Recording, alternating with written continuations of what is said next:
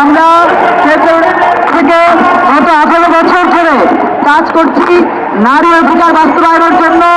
নারী গণপরিবহনে, লঞ্চে, ট্রেনে কোনোভাবেই যেন না হয় সেজন্য আমরা কাজ করছি গত 18 বছর ধরে।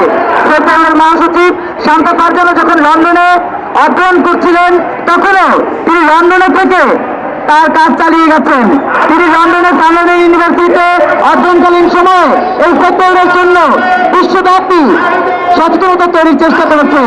আজ দেশে এসে গত 11 বছর ধরে সেক্টরের মহাসচিবের দায়িত্ব পালন করছেন। সেক্টরের বরাবরই চেষ্টা করেছে নারী পুরুষের যে সমতা, সে সমতা নিশ্চয়তার মধ্য দিয়ে বাংলাদেশ সহ সারা বিশ্বে দুর্ঘটনা মুক্ত সড়ক, রেল, আকাশ ও নৌপথ বাস্তবায়নের জন্য আজকে এই সমাবেশে লিখিত বক্তব্য পাঠ করবে মহাসচিব শান্তা ফারজানা। আমাদের জানাচ্ছি শান্তা ফারজানা।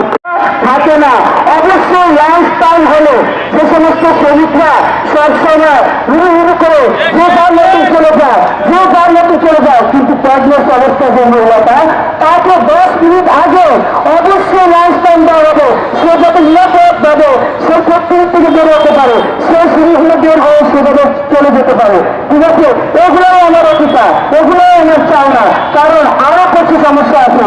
প্রেগনেন্ট মহিলা যারা আছেন তাদের অনেকে যেমন স্বাস্থ্য, আমরা প্রায় সময় দেখি শ্রমিকরা যে সমস্ত মারা যারা প্রেগনেন্ট অবস্থা থাকেন অবশ্যই তাদের শিশুরা অসুস্থ হয় এবং কি অসুস্থ রোগা হয়, স্বাস্থ্যকর এবং অনেক কিছু থাকে।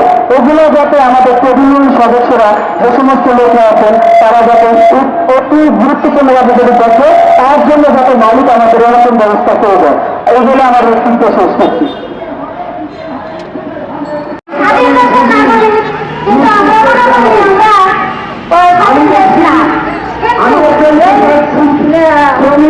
আমি যতটুকু